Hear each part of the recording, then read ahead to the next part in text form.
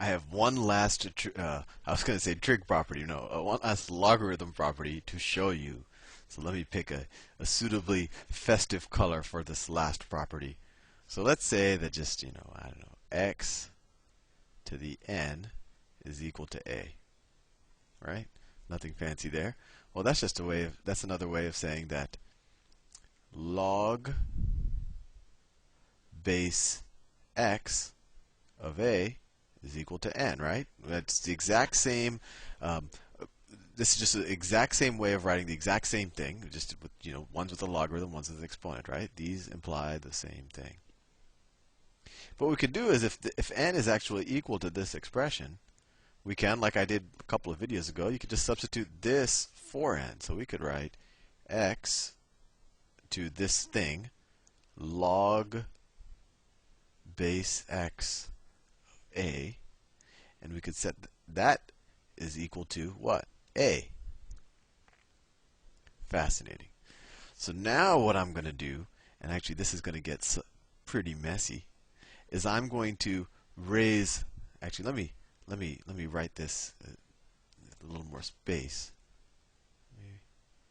Undo, undo, undo, undo. Oh, I can't keep undoing. Anyway, so let me write it down here with more space because I'm going to do something fancy. So ignore this. So if I said x to the log base x of a, that equals, and you'll see why I'm giving you so much space right now, equals a. Now what I want to do is I want to raise both sides of this equation to 1 over this exponent, right?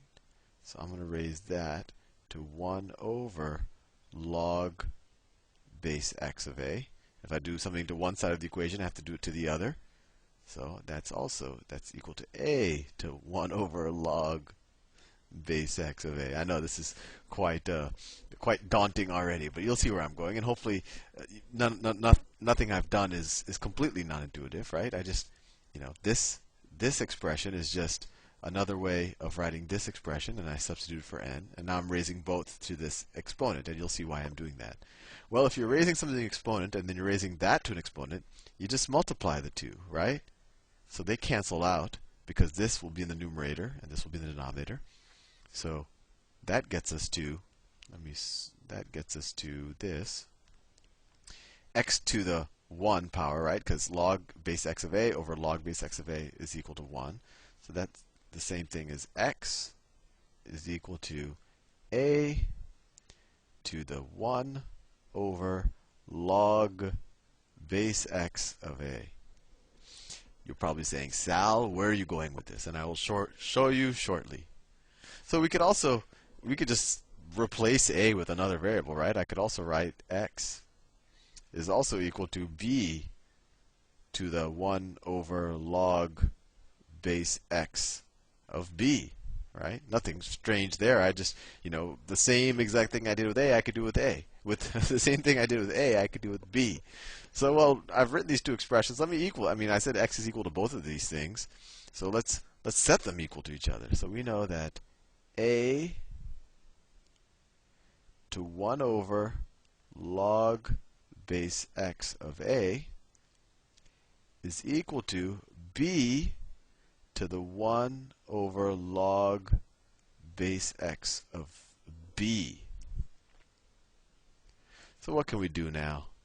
Well, let's raise both of these. Actually, I'm running out of so much space. Let me clear this and go to the next page, or go to another page. Whoops. Clear image, invert. So what did I just write? I said that because I need a lot of space for what I plan to do. So I said a to the 1 over log base x of a.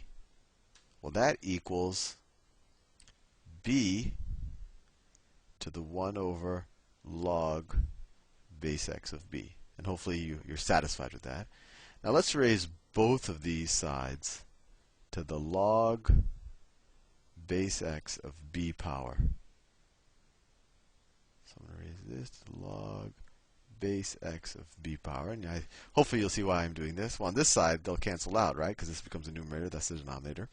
And on this side, you get a to the, this becomes the numerator, right? Because we just multiplied the exponents. Log base x, that little dot is an x, of b over log base x of a. And what does that equal? Well, that equals just b, right? Because this over this is 1. This b to the 1. That equals b. Now, let's write this entire thing as a logarithm. A to this thing is equal to b. That's the exact same thing as saying that the logarithm base a of b is equal to this thing. Is equal to the log base x of b divided by the log base x of a. This might seem confusing and might seem daunting, but we're actually going to do a lot of examples of this. And this is probably the single most useful identity, I guess we could call it, if you're using a calculator. Why? Because your calculator only has two bases. It either has log base, base 10 or base e, right? So if and most of them, when you press the log button on your calculator, that it assumes log base 10. So if I gave you a problem where I wanted to know, what is, let me switch colors because this is my example color. If I wanted to say what is the log base 7 of 3, right? Who knows? 7 to what power is 3? And there's no easy way on most calculators to do this. Well, you can use this identity that this is the same thing as the log base 10 of 3 divided by the log base 10 of 7. And these are very easy to calculate on your calculator. You just type 3 and press log, and it'll give you this number. And you press 7 and click on log, and it'll give you this number. And then you're done.